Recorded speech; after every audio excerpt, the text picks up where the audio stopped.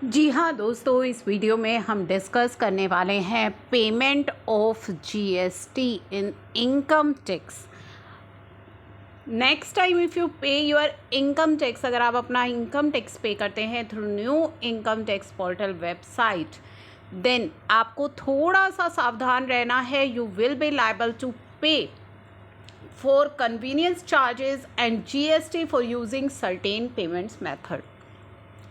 तो अगर आप अपना इनकम टैक्स पे कर रहे हैं इन दिए गए विकल्पों के द्वारा, तो आपको पे करना पड़ेगा GST. For example, you can get charge ₹300 for paying income tax for 30,000 using some of the payment method. अगर आपको 30,000 का अपना टैक्स भरना है तो हो सकता है कि आपको 300 रुपये ज़्यादा पे करने पड़े। जो आपके चार्जेस हैं और जीएसटी है, इट विल बी एप्लीकेबल, वो आप पर एप्लीकेबल हो जाएंगे if income tax is paid using the payment gateway on the E filing income tax website.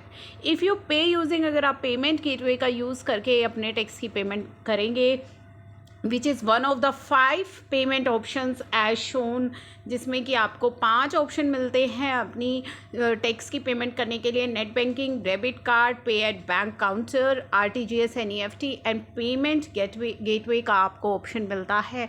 अगर आप उसे यूज़ करेंगे तो आपके लिए जो चार्जेस हैं वो क्या रहेंगे। When you click on transaction charges, तो ये टेबल आपको दिखाई देगी। इस टेबल में स्पेसिफाई है चार्जेस, जो आप जिस भी मोड को चूज़ करेंगे तो आप पर क्या चार्जेस लागू होंगे। नेट बैंकिंग में क्या रहती है आपकी फ़ीस, क्रेडिट कार्ड में, debit card, UPI.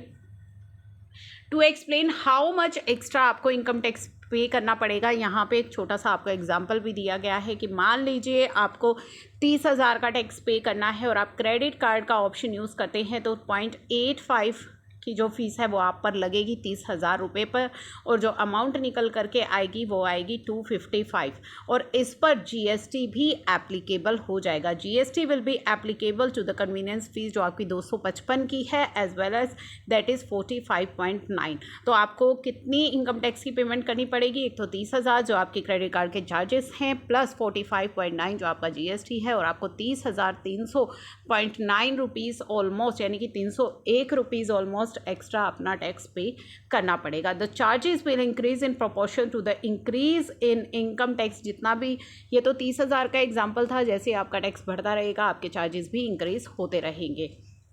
However, a flat charge will be applicable on the payment gateway method if income tax is paid using the net banking option along with GST।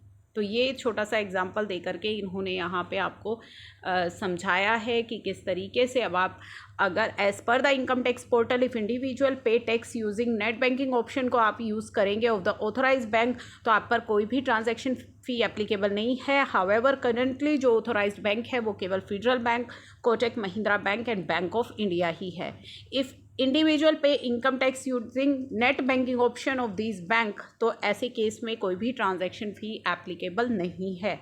Apart from net banking, आपको NEFT और RTGS का भी option दिया गया है, over the bank counter का भी option दिया गया है, डेबिट कार्ड का भी अभी इनेबल हो जाएगा, अभी इनेबल नहीं हुआ है।